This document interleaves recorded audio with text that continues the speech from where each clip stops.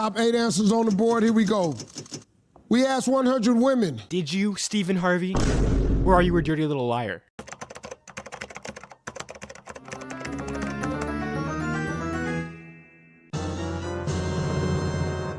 Yeah, they're real. Good for you, Steve.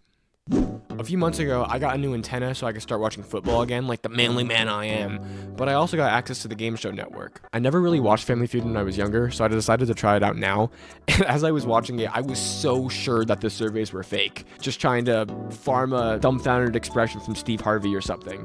Look at MTV faking everything, or Ellen staging audience members. It made sense to me that it would be fake, and I was okay and ready to accept that. So I looked it up, and no, they're legit. If you want a yes or no answer to my video title, yeah, they're real, 100%. But if you want to know how the surveys actually work and why you don't hear anyone talk about how I was served for Family Feud, well then stick around, okay? It's gonna take like 5 minutes. You can procrastinate just a little bit more on whatever you're supposed to be doing right now, I promise.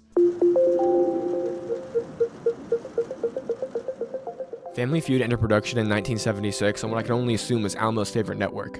Originally, the show used other programs already airing on ABC to conduct their survey. So they would take a bunch of audience members from The Price is Right or To Tell the Truth, have them take a survey before filming, and they would use that for Family Feud. It would be like walking into a movie theater to see Sonic 3 or something, and then someone shoves a pop quiz in your face. The survey method did avoid regional bias because of how many tourists were in each audience, but I guess the participants didn't like the PTSD from high school because they switched up the method soon after. Mailing lists. Oh, what was that? Did someone say mailing lists? No, I was having an auditory hallucination.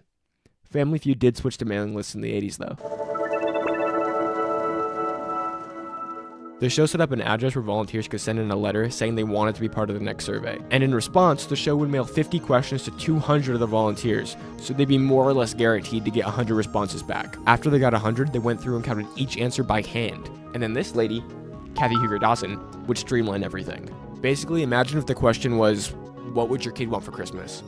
10 people would say Mario Sunshine, because it's the best Mario game. 10 people would say, obviously, the Fortnite Battle Pass. I mean, come on, what are we doing here? And then 20 people would just say, video games. For consistency's sake, all of those answers would just count as 40 for video games, because it's the most generic response. So all of this was done in-house by employees and producers like Kathy Huger Dawson, but all that changes in 1999. You freaks aren't even ready for 1999. As the 90s were coming to an end, Family Feud switched to a more modern polling outlet, that being telephones. Ring ring, am I right? It was also around this time that none of the surveys were done in-house anymore. Instead, they switched to third parties that just called 100 people and then gave the data back to the network. The Steve Harvey era of the show uses a company called Applied Research West, which also does data for Carl's Jr., Honda, and Hallmark. And sounds like an evil company, just a generically evil company in a way I can't put my finger on. I can't explain that. I don't trust them. So to wrap it up, that's how Family Feud does everything. The show's had some controversy in the past, like Richard Dawson sexually assaulting contestants and forcing them to take herpes tests, while still never admitting fault and saying everyone loved his kisses. But as far as I can tell, the surveys are legit, and that's what really matters. Hi, this is Editing Connor, and I just wanted to clarify a couple things about my thoughts on the show. I do think that there are some inauthentic elements to the show. I mean, obviously, it's a network show.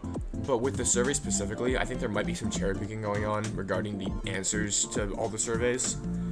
In my mind, if they interview more than 100 people, then they can whittle that down to 100 people, but only picking the most interesting answers to make up the best 100 for entertainment. And I think that might be happening. So I just wanted to clarify, I do think that the show isn't perfect. It has its fair share of controversies. It has stuff that I think is a bit weird, but from what I could find researching, the surveys appear to be pretty legitimate. But I just wanted to say I do still have my speculations. I think that there's stuff going on. I always do though, so I don't know. I'll let you guys get back to the video. I hope you liked it. Comment if you know anything about the shady underside of Family Feud. I hope this video was relatively informative or entertaining in some way. I hope you got value out of it. I won't keep you any longer. Subscribe and like the video if you feel like it. Adios.